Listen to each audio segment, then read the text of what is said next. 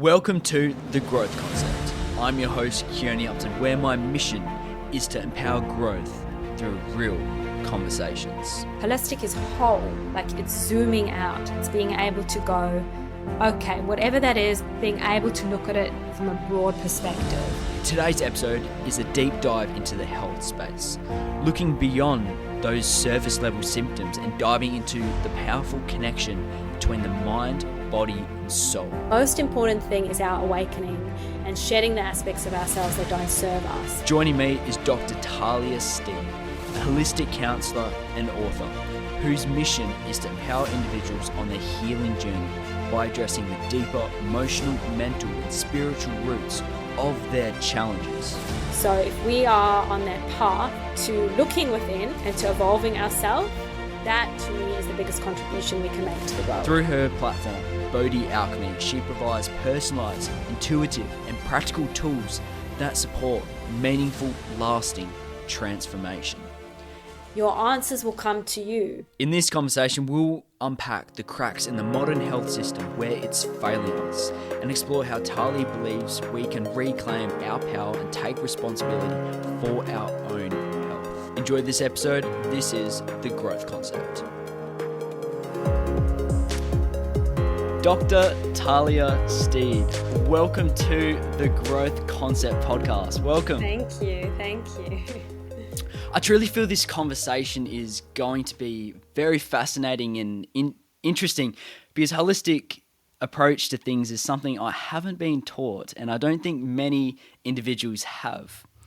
But one thing I love when I was researching you is your mission. Your mission is to empower individuals on their journey of healing, self-discovery, and transformation by addressing the deeper emotional and mental and spiritual roots of their challenges.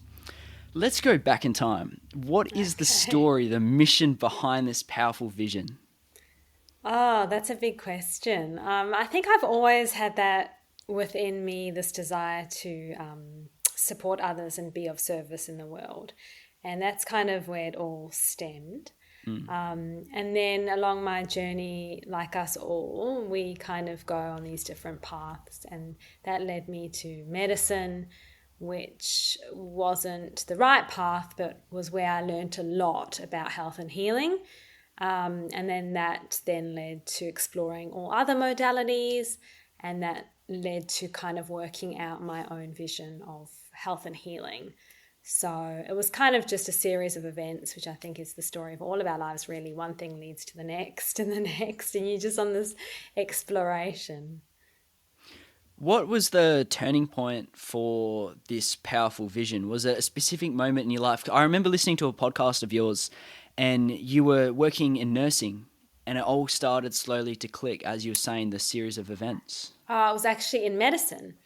So I was working in medicine as a doctor and seeing people, struggling with health issues, and the mainstream medical model focusing mainly on the physical.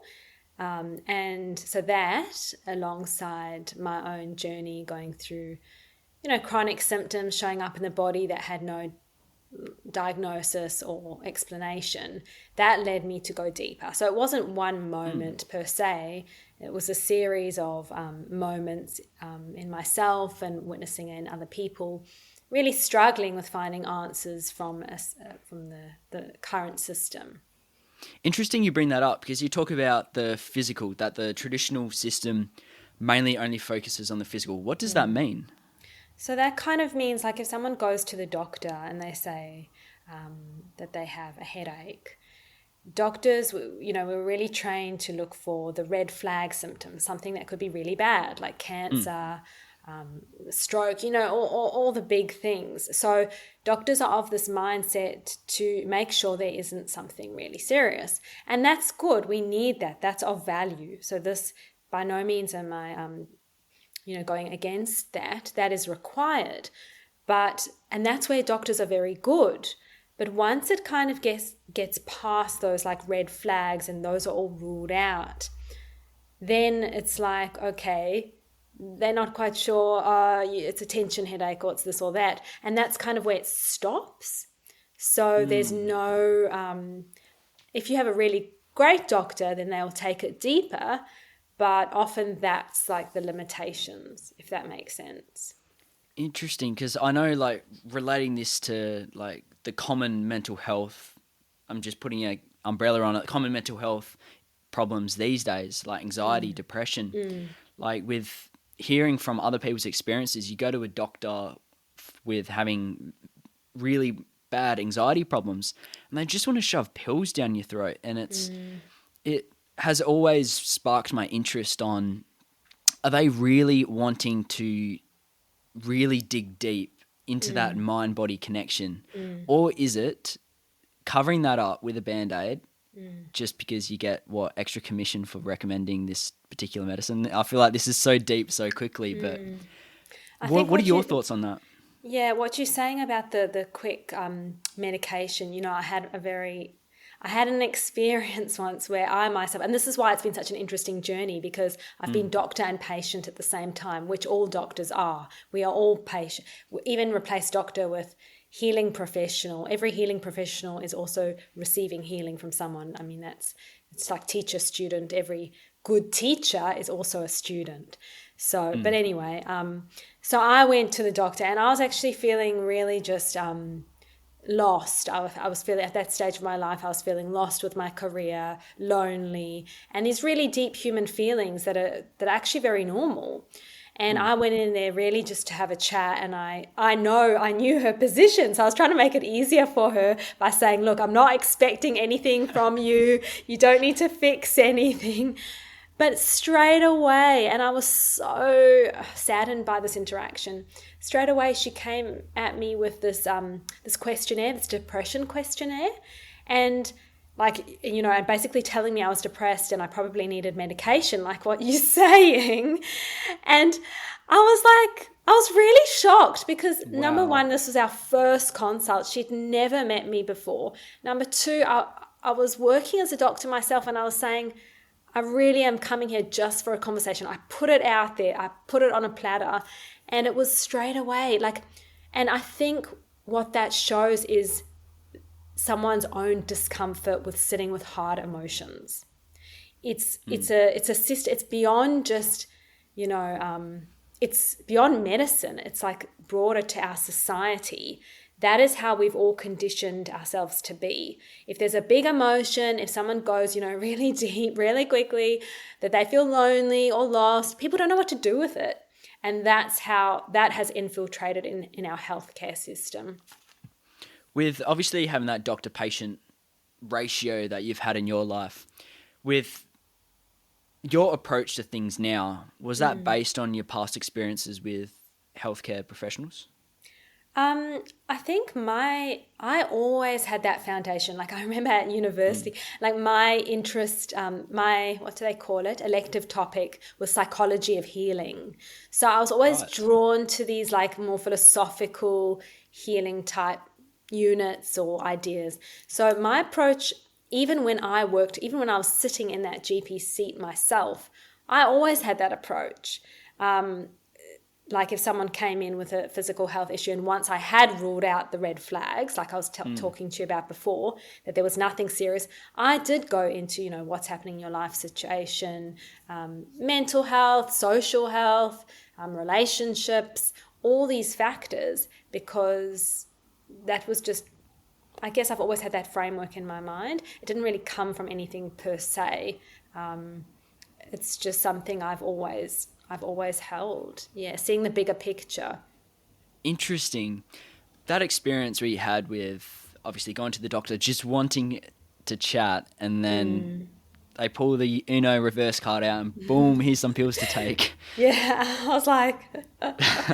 And I even said to one of my best friends, like when I spoke to her about how disheartened I was from that interaction, she was like, any of us, like if you go in your most vulnerable moment, she's like, she also said, like, I've had so many times they would have wanted to put me on antidepressants. And it's just like, yeah, we're just wanting our doctors to become, I guess, healers, to go back to that really whole... to be able to, yes, of course, rule out those red flags and then take it deeper and then say, you know, what is going on? What are the things at play for you? I don't know if you've experienced anything similar yourself, like where you just kind of want that human connection. You don't want to be fixed. You just want to be heard. That experience, I've never really had an experience like that because I haven't really had a doctor for a very long time. For example, when I was younger, I remember mum taking me to the same doctor her mum went to, and that was our family doctor for years. And it's interesting observing society now. I truly feel that connection with the doctor has been lost. And now it's, you walk into a GP and it's like, next, number 3, you just treat it like numbers. And with being sick once and getting prescribed these medications, because there was such a rush to prescribe me with this particular medication, that actually made me more sick.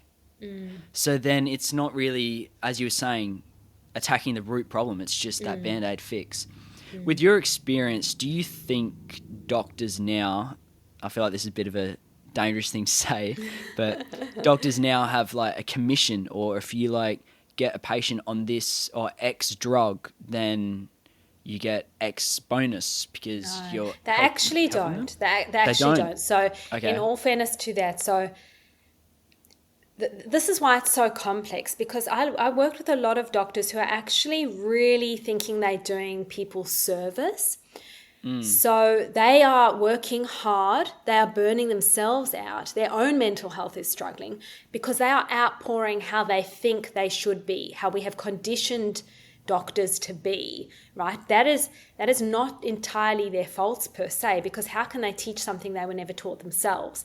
It's like, if you think of the analogy, an anxious parent who was never taught by their parents how to emotionally regulate, how can they teach their own child how to emotionally regulate? We can't teach something we haven't learned. So if we just see doctors like that, they haven't been taught in medical school and you know, in life, like the deeper parts. So they're doing their best. They're throwing drugs at patients because that's the only tool they have. Right. Not because they don't want to. They just don't have the skills. Some do. Some will take it further. But there's no kind of, in medicine, there isn't really any, I don't know what it's like in US and things like that, but in Australia, doctors get no incentive really for prescribing certain drugs or anything like that. What I've seen more in naturopathy, and this is where we have to be really discerning when we're on a healing journey, naturopaths actually, when they sell something, often they have the supply in their store, in their clinic, and they actually, you know, obviously they're buying that supply to sell, you know, so that probably you have to be a little bit more wary and make sure you've got a naturopath that's really a good healer, that really isn't just trying to sell it to you, and that's working with you and that you trust. Because that's the supplement industry can be equally dangerous to the pharmaceutical industry if it's not selected by someone who really is altruistic in their motives. So I think that's something for everyone to be aware of, because on my own journey, in trying to, I guess, heal chronic symptoms that didn't have a physical basis, there was no diagnosis, there was nothing actually wrong on a physical or medical level. Then you go down naturopathy, see a naturopath or Chinese medicine doctor. None of these things ever worked for me. And I spent so much money, like outpouring on all the things, because it wasn't of the physical level. It was mental, emotional, and spiritual.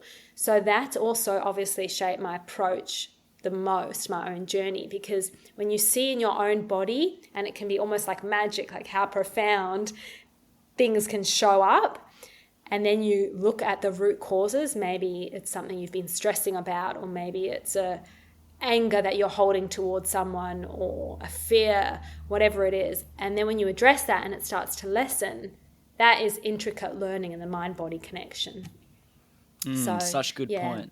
So a few things there. Sorry to throw a few things at you. Amazing. So I think the important thing, like to sum up what I've just said, like the important thing is the discernment around any health practitioner, that there's good and not so good in all of them. So it's not just, bad doctors, good alternative practitioners. That's not how it is. There's great doctors and there's not so good alternative health practitioners. we really need to have our our mind like going, okay, well, this is what all these people have to say. Now, what feels right for me? All of it is just information. How can I tailor it to myself? And how can I connect with my intuition to work out which one is the best? Because if someone just blindly follows like a naturopath's, oh, you need to take this supplement 3 times a day and all these herbs and and they make themselves sick, and then, oh, but my naturopath said. I mean, that's just, then it's not serving anyone, you see. So it's more of that diversity people are needing, like getting different opinions, thoughts. Yeah, it's more about going, okay, I'm drawn to going to see a kinesiologist, or I'm drawn to see an acupuncturist or herbal Chinese medicine doctor, or whatever it is that feels right for you. And then you go and then you tune in. Well, how did I feel? Did I feel like this was empowering, or did I feel like I was just being told what to do? Did it feel like that old school doctor tells patient? Because anything can start to resemble the old school doctor-patient framework. Even if it looks like a yoga teacher saying, you're only a good yogi if you go 3 times a week. And you have to think, okay, hang on. A true yoga teacher or a true doctor will go, these are your options. What feels good for you? If it doesn't feel right to go 3 times a week, then it's not right. Everyone is different. Such a good point. Because I think even as a society looking at it as an umbrella approach again, is like it's very tunnel visioned.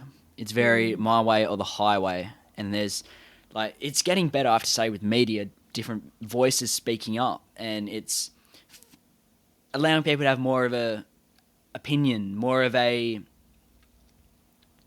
diverse range of, okay, well, there's the traditional medical route, but there's also other 3 paths I can go down. Let's go down each path and see what works and feels right for me. Is that kind of what you're saying? That's the best approach. That is the best approach, because like even we have to have such a broad, I guess, framework, like you're saying, because even if we go, okay, so today, let's give a concrete example. So this bloating. Okay, so today this bloating is, there's nothing physical. We've done all the tests. Everything's actually fine.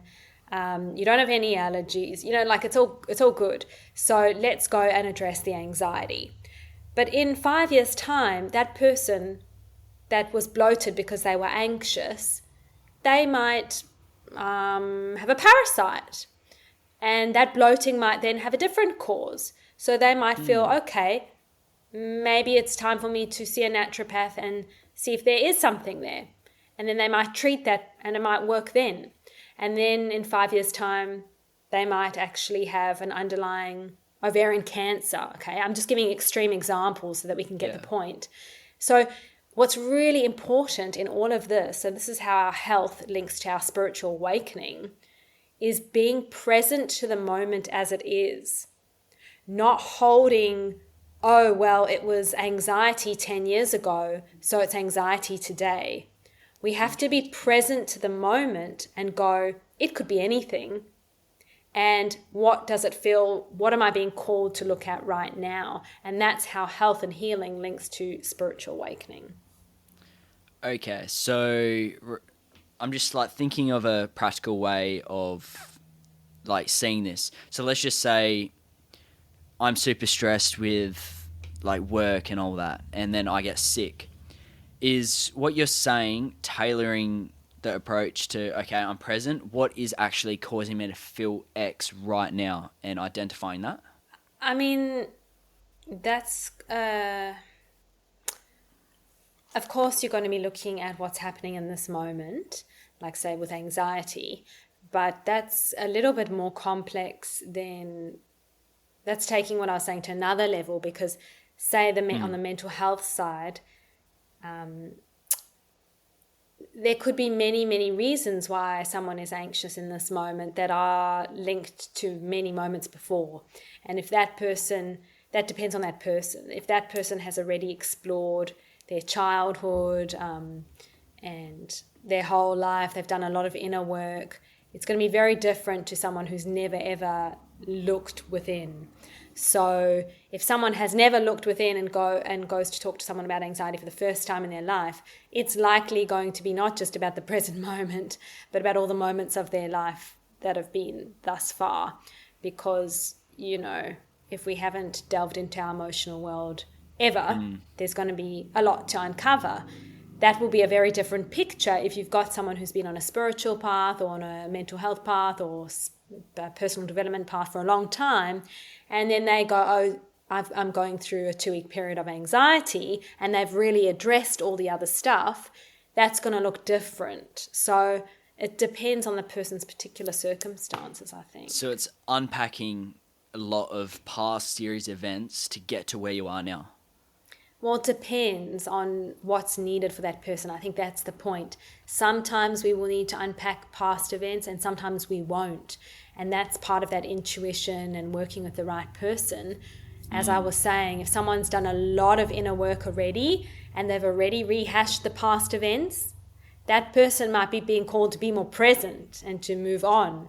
But someone else who has a deep trauma that they've never addressed and they've spent their life running from it, they might be being called to go back to it. So there's no clear-cut answer, and that's the whole point. And that's why this is so tricky, right? Yeah. Because the healer, whoever they may be they doctor, naturopath, acupuncturist, energy healer, they need to have that broad approach to be able to be in tune with the person in front of them to work out which it is, which isn't a linear equation and you can't learn it in a book. So that's the whole point. So you were a holistic doctor, right? So not anymore. So now anymore. I don't work. No. So now I don't work as a doctor at all. I am a holistic counselor. So I don't give out medical advice per se, but if someone's struggling with a mental health or physical health issue, that there's no red flags, they've seen the doctor, there's nothing actually physically wrong, then I could come in and really help them work out what's at play on a mental, emotional, or spiritual level and help them do that inner work to work out what's happening. So would that be like a medical coach? I call it holistic counselor because it fits what happens like the most. So it's really counseling, but I bring in that holistic framework of my experiences as a doctor, of my experiences as a patient, of my experiences as someone on a spiritual awakening journey. All of that comes through to counsel that person probably in a deeper way that than someone who's just, I hate to say it, but done a counseling certificate and then, okay, I'm ready to go. Like there's a depth that comes through, obviously, because of experiences. Exactly. And I think that's a lot of what makes a good counsellor, because going to uni, getting a piece of paper saying that you've done a particular course doesn't make you like experienced in that field. And I fully get your point. And that's not we all have to start somewhere, you know, and you might have, and the worst thing, and I'll say that, like, I used to hate as a doctor when the patients would say, well, this was 20 years ago now, so you look so young, you know, you're too young to be a doctor. I mean, it just makes you feel, you lose all your confidence. So for the same thing, for a counselor or psychologist, it would be horrible, right? All I'm saying is that you asked me about what is my approach. I don't think counselor, the word really sums it up to the depth that it is, but that's the closest word I have for what I do. So I was just trying to explain what really comes through in those sessions. So my medical view of things have been very straight. There hasn't been much of different approaches as I've been growing up. How would you describe holistic to me? Like, I have no idea what holistic is, in a holistic approach. So I may know it's a mind, body, spiritual connection or something. Like, how would you describe it? Or kind of what we were talking. Yeah, so what we were talking about before. So if you come with one particular issue, whatever that is, it's looking at, holistic is whole, like it's zooming out. It's being able to go, okay, whatever that is, be it chronic headaches or chronic anxiety or depression or attachment issues with a parent or relationship issues or career indecision, whatever it is, it's being able to look at it from a broad perspective, looking at the physical areas of life, like, you know, your sleep, your energy levels, what are you eating, your lifestyle, going from that to the the mind, what's at play in your mind, beliefs about the self, subconscious beliefs. Like we say we want something, but are we really feeling deserving of what we say we want? Do we feel that, like even say someone who's looking for love, do they feel deserving of love? What's getting in the way? Why are they choosing the wrong people? So that's mind. Emotion, what fears are we carrying? Because as human beings, we all carry fear. How in touch are we with our emotions? Someone might say, I'm completely fine, but they just don't know what they feel. They've never really explored their inner world. They think it's fine. Or someone might say, I feel, whatever. But it's really going through all these layers. And then on the level of soul or spirit, that's more about being aligned. Do I feel aligned to who I am deep within? Does my life reflect how I feel inside? So an example would be like, as a doctor, was I aligned? No. That's why I went on this whole journey, because it wasn't in alignment to my soul. I was meant to do other things. So that's the level of soul. So if I went to someone in those times, which I did, and expressed having gut issues, if they don't explore that level of soul, are you feeling like you're in the right profession? They're never going to get to the root cause of the gut issues, because if your gut's tied up in knots because you're feeling out of alignment in your soul, do you see how? So that's the holistic perspective. If someone is feeling like they can't be honest with the people they love about their sexuality, what's that going to do to their mental health, to their physical health, their emotional health? Because in their soul, they're feeling not right. They're not feeling like they can be their authentic self. So these are all the components that make up a holistic approach, zooming out and seeing that it could be any of these. And a good healer will help you get to what it is, because your answers lie within you and they can help bring those to the surface. Such a good point. The way I'm visually seeing this is like an iceberg. Yeah, that's right. That's like just click. Like with you explaining it, it's like, okay, the traditional healthcare system's like the tip of the iceberg. Yeah. But what's underneath the water? A massive mountain of ice. Yeah. And that's what essentially you unpack. Yeah, that's it. And working out what is it that's really causing that disturbance that we can see. It's things we can't see. That's right. Such a good point. Do you do much work with the chakras? Oh, chakras. Oh, chakras, yeah. I thought you were going to say chocolate. The chakras, is that something you work with as well? Yeah, I love the chakras. I mean, I did my yoga teacher training along the way, and I bring yoga into my holistic health workshops. The chakras are very valuable because this is very interesting. So where stress plays out for me is going to be different where it plays out for you. And I believe that can be linked to chakra elements. So someone who, I guess, whenever they are stressed gets, say, laryngitis or in their throat, right? Compared to someone who, when they're stressed, always get a stomach ache. So the chakras can help us understand what's going on, because the throat one is linked to the throat chakra, and that's all about speaking out. Like some of these are really actually quite obvious. It would be easy to teach doctors if they were open to it. Yeah. But like it's about speaking out. And I actually had a patient who, when it was a really interesting journey with her, because she came to me with some, I don't even think she came with throat issues, but she had a lot of difficulty speaking out in her life, and we would talk about that. And then she actually ended up having a thyroid cancer when we checked her bloods. Yes. And through that experience afterwards, once it got removed and she was cleared and she was all okay, she was really grateful. She was like, wow, now because we did the depth of, like you said, we did the under the iceberg work as well. She went for the surgery. She did that medical work, but we also did the unpacking work. We realized that she hadn't been speaking her truth with her family at work. And so she was actually a happier person. She wrote me a letter or something. Like she was a happier person because she'd had that experience. And she was grateful that even though she had the thyroid cancer, it got her to see what was really at play in her life. And that just shows how that what manifested in this chakra for her was linked to the spiritual element of that chakra. So that's going to be very different to someone if, like I was saying before, when they get stressed, if it goes to their stomach, that's like the third chakra, personal power, confidence, self-esteem. It's very different. So we can use, instead of like just saying, oh, this person's stressed, we can actually go deeper than that with the chakras and work out why are they really stressed? Like what's really at play on a deeper level.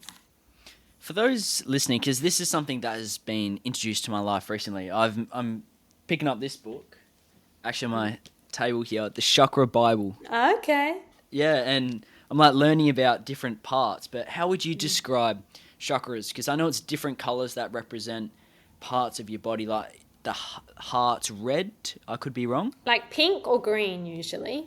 Pink or green? It's the only chakra that tends to have two colors, pink or green. Right, okay. How would you describe to someone who has no idea what chakras are? So chakras are thought to be like energy centers, like wheels. It's like wheels of light. And they just correlate to different parts of our being. But I think what's really interesting is, say, like with the solar plexus, the third chakra, in our bodies physically, there is a nerve plexus at that exact point. There's physical, like a bundle of nerves. A plexus is a bundle. And there's a bundle of nerves that sit like just, it's just like a few centimeters above your belly button. I can't show you, but like, yeah, so it's like just at that point, kind of like where your diaphragm meets in the center. And there's literally like a bundle of nerves there, and that links to your third chakra. So it's actually got a physical kind of link. So chakras are not actually physical, they're just more metaphysical, but they are energy centers in our body. And that's how we can think of them. The colors, yes, they're said to be different colors. And perhaps some people can see the colors. I can't, but I'm sure there are people out there that can see the chakras and things like that. But again, it's also to use anything with discernment. If it feels right for you, then go with it. And if it doesn't, it doesn't. And chakras are complex. Like you're not going to say, usually there's, the ones above or below also linked to, if we have something about our throat chakra, it's going to be linked, of course, with maybe our heart and, our third eye, our intuition. So it's not, again, it's having that broader perspective. But they're very beautiful to work with and can give a lot of guidance as to what are the deeper issues at play in health issues that show up. Talking about this now, it's becoming more normalized as you talk to different people about it. But I feel in society it's still classed as, I want to say, like woo-woo magic stuff. Yeah, it's difficult. What do you think needs to change in society for it to be more normalized, or people willing to adventure into it? I think, and I've written about this, I think people, it's looking at why there is this hesitation. And I think that comes down to fear. So people fear what they don't know or understand. And some, I guess, some spiritual people, I guess, along the ages have given spirituality a bad rap. Like people get very afraid of tarot card readers or gypsies, or like we've just like been conditioned to think these people can be bad. And so that's given the whole spirituality, this woo-woo kind of out there, scary, fear. It creates fear because people don't understand. So I think if we can get people to understand that, like I was saying before, in anything, there is, let's not even go with good and bad. Let's just go with good and not so good, because the bad has reasons as well. We try and go beyond judgment, but for the sake of this explanation, good and not so good. You're going to have good and not so good doctors. You're going to have good and not so good teachers.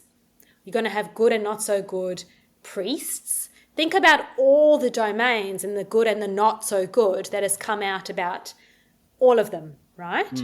So if we can get people to see that it's not just in the spiritual world that there's good and not so good, it's human beings. It's in human beings.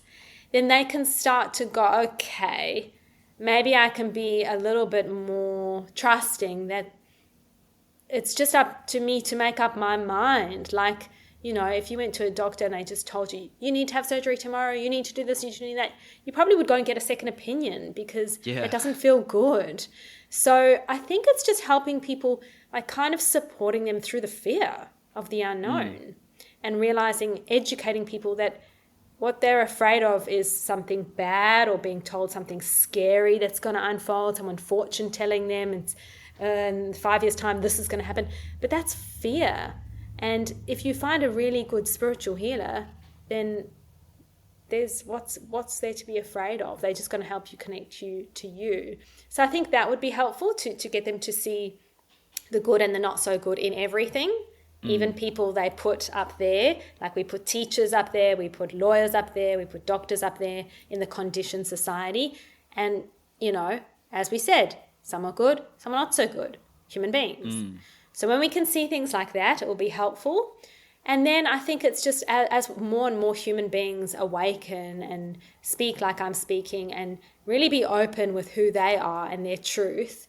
And the next is more and more people speaking out about like how they view things. So sometimes people like myself, because of that view in society that it's too woo-woo or too out there, it can take you a long time to feel confident enough in yourself to put out your beliefs.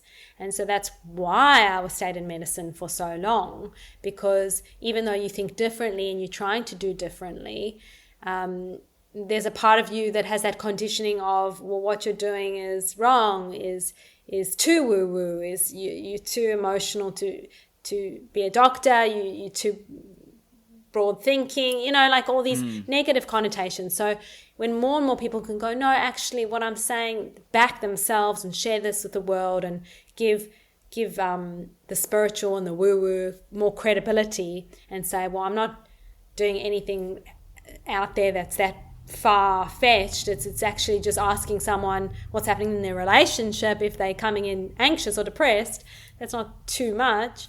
Then we can start to shift the consciousness of medicine and our society. Because I actually approached a GP to tell her what I was doing with the holistic counselling and said, if she had any patients to refer. And, her response was, when it comes to medicine, I'm very mainstream. And I thought, wow, like to think that looking at this holistic approach is not mainstream. I really hope one day it is mainstream and we have the doctors asking the patients, like in my first book, it's called Body Wisdom, What is Your Body Trying to Tell You?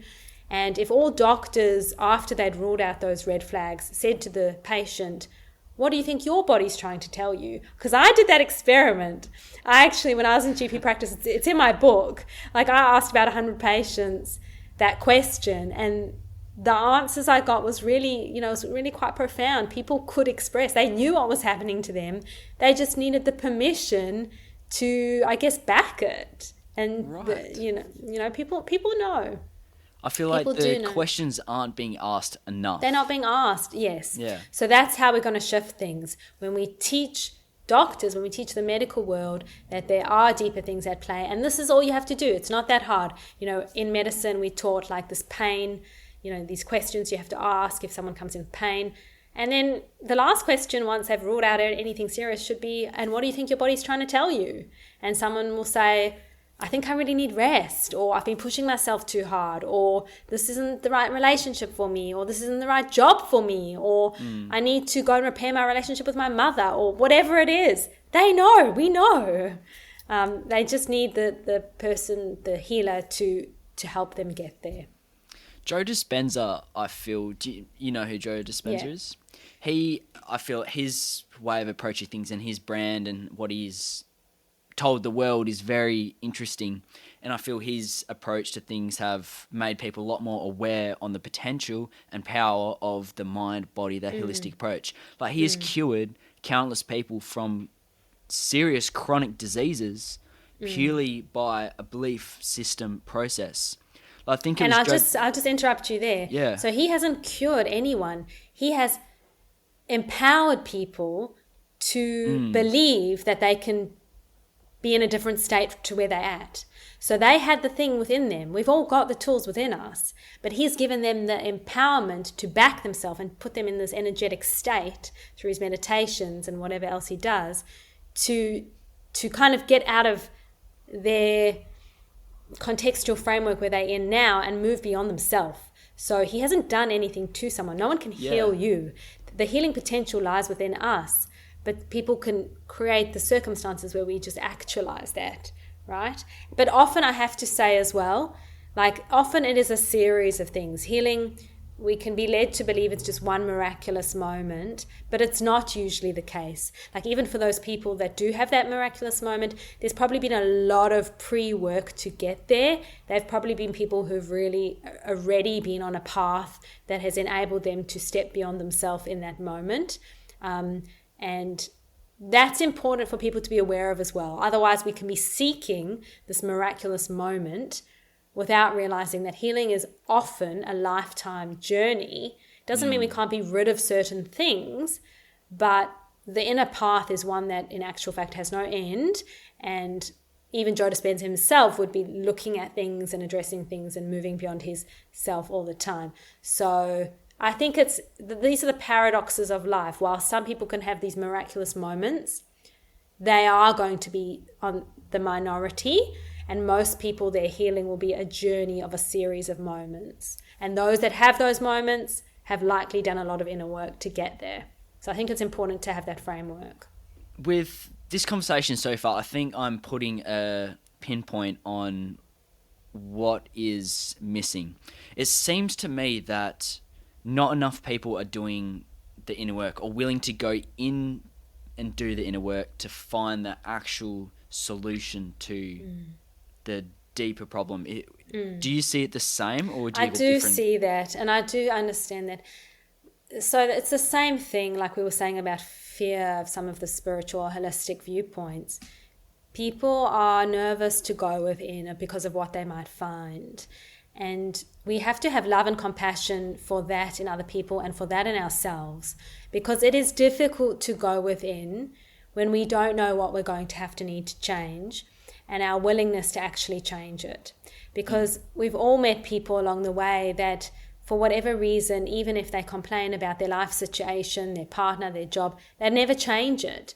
And ultimately healing or awakening is a choice, and only that person can make it. So yes, you very much, that's a very true point, but that's one for each human being along their journey.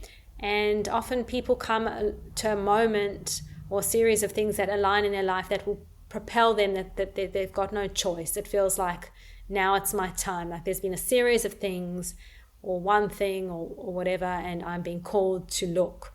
And yeah, sometimes for people it's a big moment, and sometimes it's just an accumulation of small things. But at the end of the day, there'll be many people in this lifetime who do look within, and there'll be many that don't.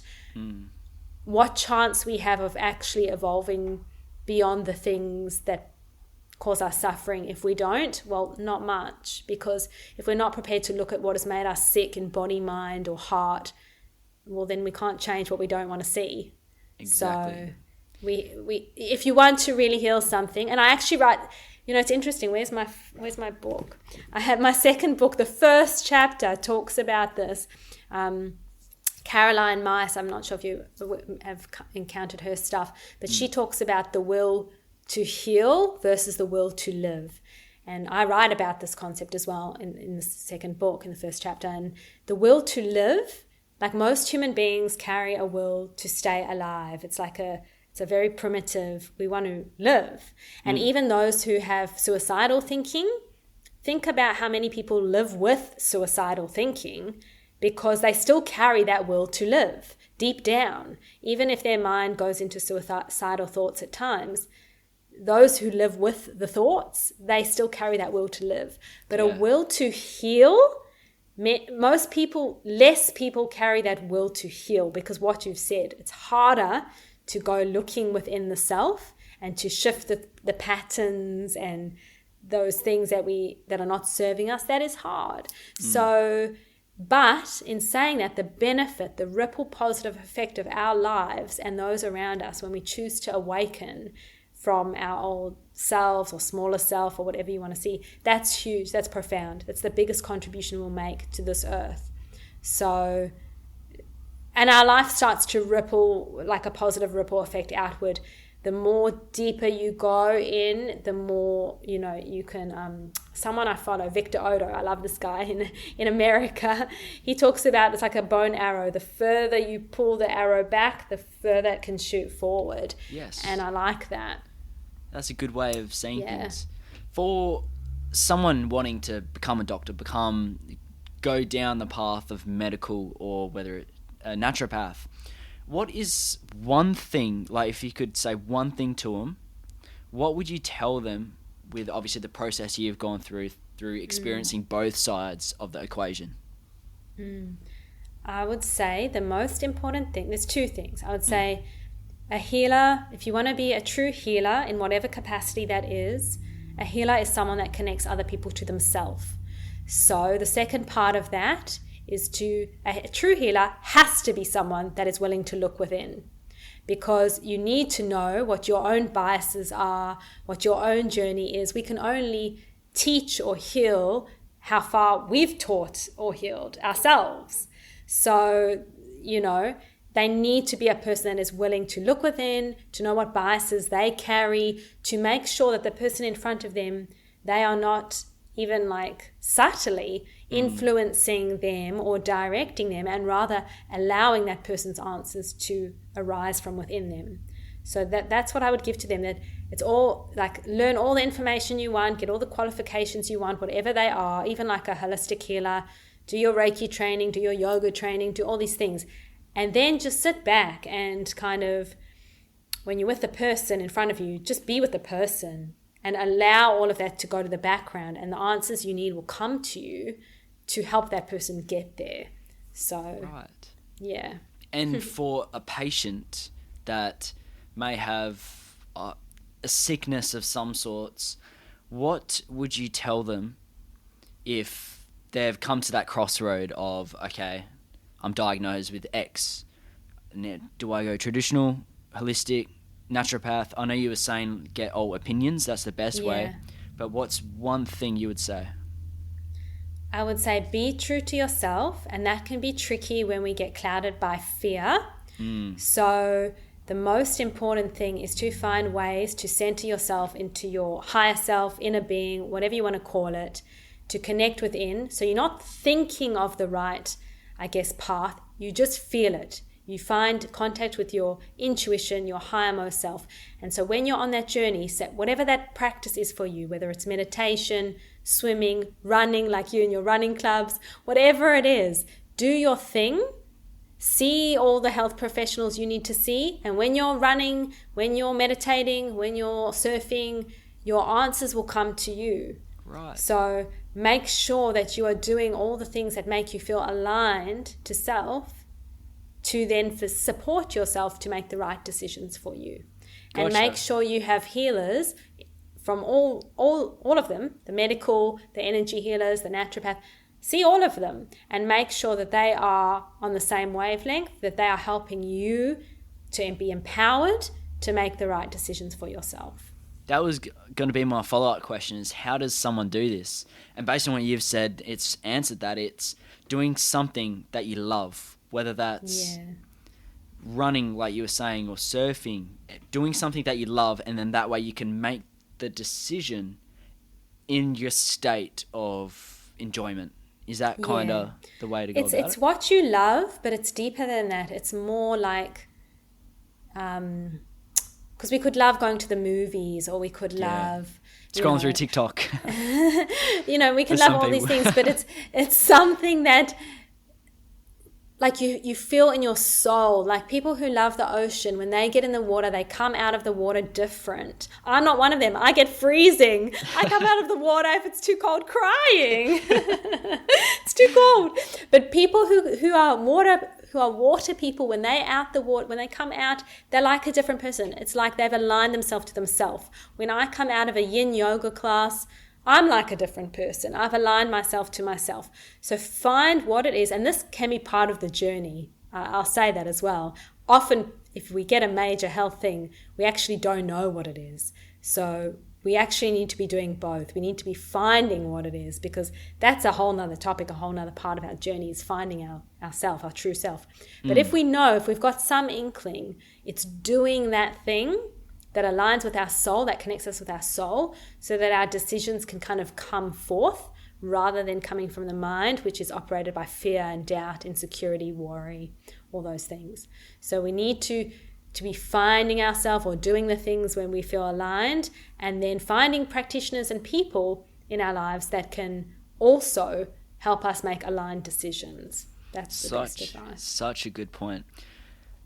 Dr. Talia, I have a couple last questions for you. If you could go back to your younger self with the knowledge and wisdom you have now, what would you tell yourself and why? I would actually say, so I'm someone that I've probably had to learn to veer. There's a time, I've learned, this is what I would say to myself.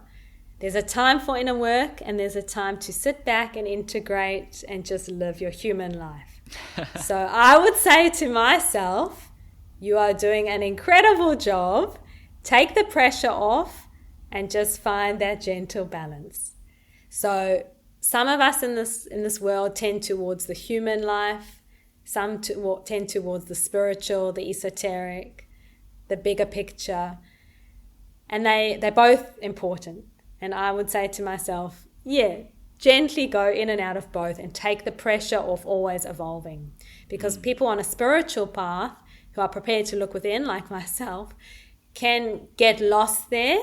And it's equally important of knowing when to come back out and to go, okay, now it's time for a bit more human living, and to gently do that dance between inner exploration and our human lives. I think that's what I would tell my younger self. Why? Take the pressure off. Did you put a lot of pressure on yourself? Oh, very much. And I think that, you look around and you see we all do. We all put a lot of pressure. We all have these high expectations on our lives and what we want to achieve. And that's another big thing that recently I've really been coming to, that it's not about what we achieve in the external world. It's not about our titles, our roles, how much money we make, what milestones we get to. None of that's actually relevant. Well, it's relevant, but none of that's actually success or the most important part of our lives. The most important thing is our awakening and shedding the aspects of ourselves that don't serve us.